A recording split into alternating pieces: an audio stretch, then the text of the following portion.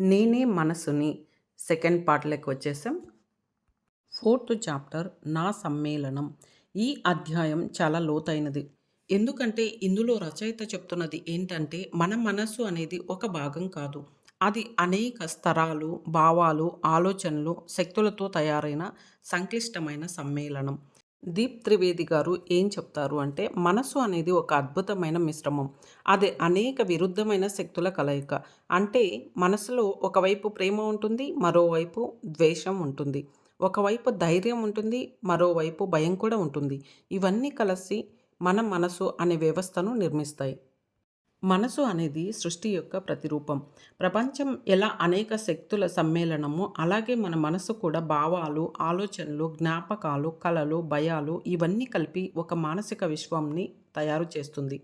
దీప్ త్రివేది గారు ఏమంటారు అంటే, నీ మనసు చిన్న ప్రపంచం, నువ్వు దాని సృష్టికర్తవు అని. మనసులోని ప్రధాన భాగాలు. దీప్ త్రివేది గారు మనసులోని 4 ముఖ్యమైన భాగాలను చెప్తారు. 1. ఆలోచనలు. మనస్సు నిరంతరం ఆలోచనలతో నిండిపోయి ఉంటుంది. ప్రతిరోజు 50,000కు పైగా ఆలోచనలు వస్తాయని చెప్తారు. ఇవి మన జీవితం యొక్క దిశను నిర్ణయిస్తాయి. 2. భావాలు.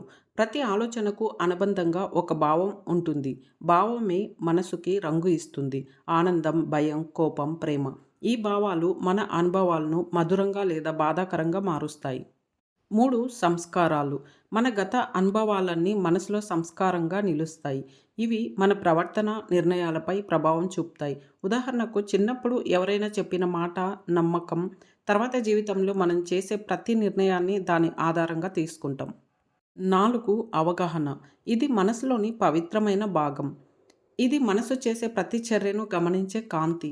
అవగాహన ఉన్నప్పుడే మనసు సరిగా పనిచేస్తుంది. విరుద్ధతల సమ్మేళనం.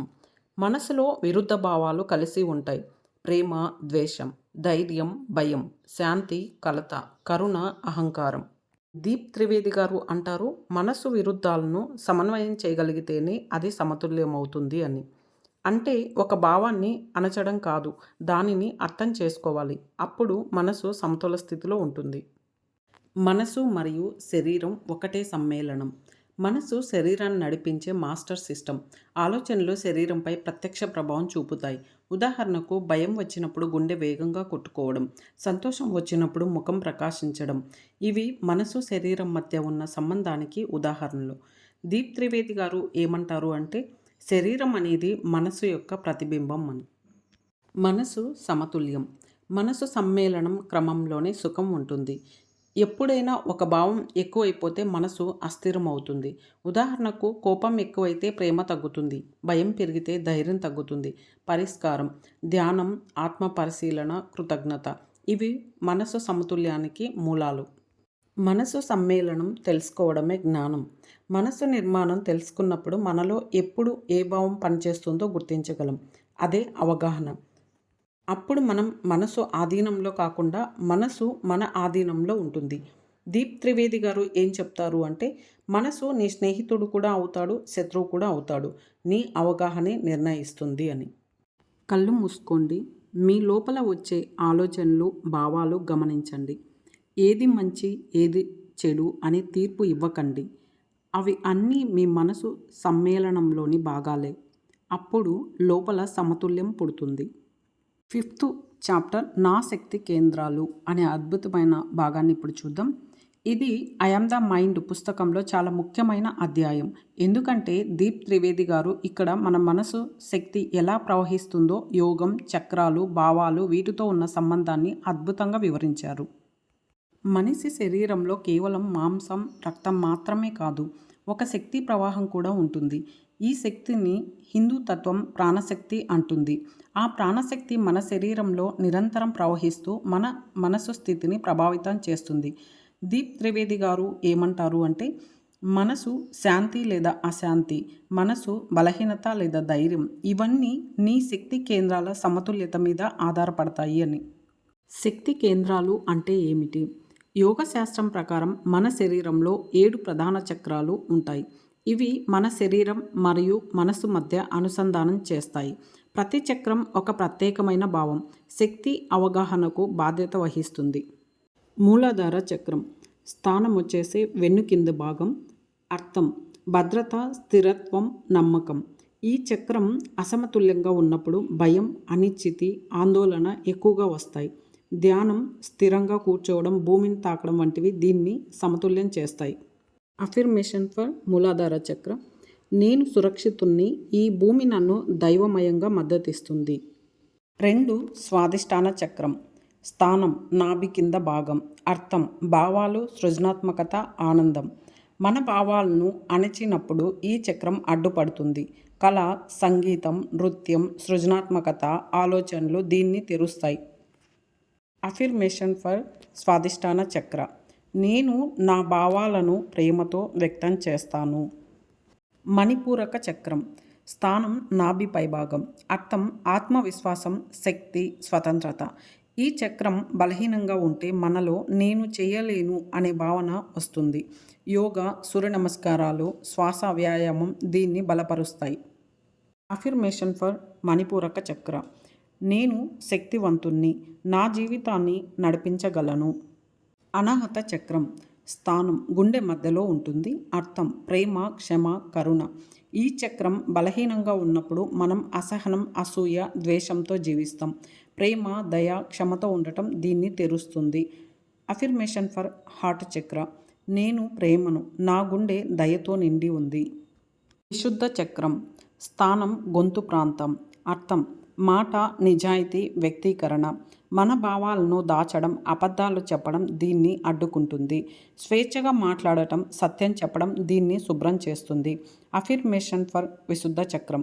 నా మాటలు సత్యం, ప్రేమతో నిండినవి. ఆజ్ఞా చక్రం. స్థానం కనుబొమ్మల మధ్య. అర్థం అంతఃప్రజ్ఞ, స్పష్టత, అవగాహన.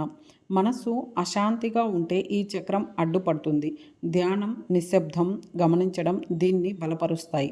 అఫర్మేషన్ ఫర్ ఆజ్ఞా చక్ర. నా అంతరాత్మ నాకు మార్గం చూపుతుంది. సహస్రార చక్రం. స్థానం తల పైభాగం. అర్థం దైవ చైతన్యం, సమగ్రత. ఈ చక్రం తెరవబడినప్పుడు మనిషి చైతన్యంతో, దైవంతో ఏకమవుతాడు. ధ్యానం, భక్తి, నిశ్శబ్దం దీన్ని ఓపెన్ చేస్తాయి. అఫర్మేషన్ ఫర్ సహస్రార చక్రం. నేను చైతన్యం, నేను విశ్వం యొక్క భాగం. మనసు మరియు చక్రాల సంబంధం. దీప్ త్రివేది గారు చెప్తారు, నీ మనసు స్థితి నీ చక్రాల సమతుల్యతను ప్రతిబింబిస్తుంది. అంటే మనసు ప్రశాంతంగా ఉన్నప్పుడు చక్రాలు సమతుల్యంగా ఉంటాయి. మనసు కలతతో ఉన్నప్పుడు చక్రాలు అడ్డుపడతాయి. అందుకే యోగా, ప్రాణాయామం, ధ్యానం ఇవన్నీ మనసును సమతుల్యంగా ఉంచడానికి సహాయం చేస్తాయి. కళ్ళు మూసుకోండి. శ్వాస తీసుకుంటూ చెప్పండి, శాంతి నా లోపల ప్రవహిస్తుంది. శ్వాస విడిచిపెడుతూ చెప్పండి, అడ్డంకులు అన్నీ కరిగిపోతున్నాయి. మీరు మీ శక్తి కేంద్రాలు వెలుగుతూ నిండిపోతున్నట్టు ఊహించుకోండి. చివరిగా దీప్ త్రివేది గారు చెప్తారు, మనసు అనేది శక్తి ప్రవాహం. ఆ శక్తిని సమతుల్యం చేయగలిగితే మనిషి జీవితం ఒక ధ్యానం అవుతుంది. మనిషి ఎప్పుడు అనే భావంలో ఏమీ ఉండదు కదా. కానీ దీప్ త్రివేది గారు చెప్తారు, నీ మనసు ఎప్పుడూ ఒంటరిగా ఉండదు, అది ప్రపంచంతో అనుసంధానమై ఉంటుంది అని. అంటే మన ఆలోచనలు, మన భావాలు, మన చుట్టూ ఉన్న ప్రతి వస్తువు, ప్రతి వ్యక్తి ఇవన్నీ ఒక అజ్ఞాతమైన శక్తి బంధంతో ముడిపడి ఉంటాయి. మనసు, ప్రపంచం. మనసు ఏ స్థితిలో ఉందో ప్రపంచం అదే రూపంలో మనకు తిరిగి కనిపిస్తుంది. మనసు శాంతిగా ఉంటే ప్రపంచం అందంగా కనిపిస్తుంది. మనసు కలతతో ఉంటే ప్రపంచం గందరగోళంగా అనిపిస్తుంది. దీప్ త్రివేది గారు అంటారు, నీ లోపల ఉన్న భావాలు బయటి ప్రపంచంలో నిన్ను ఎదుర్కొంటాయి అని. అందుకే నీ జీవితం నిన్ను ప్రతిబింబించే దర్పణం మాత్రమే. మనసు మరియు ఇతరులతో సంబంధం. మనసు విచారాలు మాత్రమే కాదు, అవి తరంగాలు కూడా. ఆ తరంగాలు ఇతరుల మనసుతో సహజంగానే కలుస్తాయి. ఉదాహరణకు, నువ్వు ఎవరినైనా ప్రేమతో గుర్తు చేసుకుంటే వారికి ఆ శక్తి తాకుతుంది. అదేవిధంగా కోపం, ద్వేషం, అసూయ కూడా శక్తి తరంగాలే. అందుకే మన భావాలు ఎలా ఉంటే మన సంబంధాలు అలానే మారుతాయి. ప్రకృతితో మనసు బంధం. మనసు ప్రకృతిలో భాగం. గాలి, నీరు, మొక్కలు, జంతువులు ఇవన్నీ మన చైతన్యానికి సహచరాలు. మనసు ప్రశాంతంగా ఉన్నప్పుడు ప్రకృతిలో అద్వైత భావం పుడుతుంది. దీప్ త్రివేది గారు చెప్తారు, నీ లోపల ఉన్న శాంతి ప్రకృతిలో శాంతిని నిర్మిస్తుంది. నీ లోపల గందరగోళం ఉంటే ప్రకృతిలో అస్థిరత ప్రతిబింబిస్తుంది. అందుకే ధ్యానం ప్రకృతిలో చేయమని చెప్తారు. అప్పుడు మనసు సహజ తరంగంతో కలుస్తుంది. మనసు మరియు దైవం. మనసు మూలం చైతన్యం, అదే దైవం. మనసు శాంతమై ఉంటే అది దైవంతో కలిసిపోతుంది. మనసు కలతలో ఉంటే దైవం దూరం అవుతుంది అనిపిస్తుంది. అందుకే పుస్తకంలో రచయిత చెప్తారు, దేవుడిని వెతకకు, నీ మనసులో శాంతిని వెతుకు, అక్కడే దేవుడు ఉంటాడు అని. సంబంధాల లోతు. మనసు అనేది వేరు కాదు, అది సర్వానికి కేంద్రం. మనసులో ఉన్న ఏ భావమైనా ఇతరుల మనసుల్ని తాకుతుంది. అందుకే దయ, క్షమ, ప్రేమ ఇవే మంచి సంబంధాల బలం. కళ్ళు మూసుకొని మీ శ్వాసను గమనించండి. ప్రతి శ్వాసతో చెప్పండి, నేను ప్రపంచంతో ఒక భాగం. ప్రతి ఊపిరి విడుస్తూ చెప్పండి, నా ప్రేమ ప్రపంచం వెంట ప్రవహిస్తుంది. కొద్దిసేపటికి మీరు భిన్నం కాదు, ప్రపంచంలో భాగమని అనుభవిస్తారు. ఫైనల్గా రచయిత గారు అంటారు, నువ్వు నేను అనే గోడను కూల్చినప్పుడు నువ్వు ప్రపంచం అవుతావు. ప్రతి సంబంధం నీ మనసు ప్రతిబింబమే. ఇంకో వీడియోతో నెక్స్ట్ పార్ట్లో కలుసుకుందాం. Like and subscribe my channel. Thank you.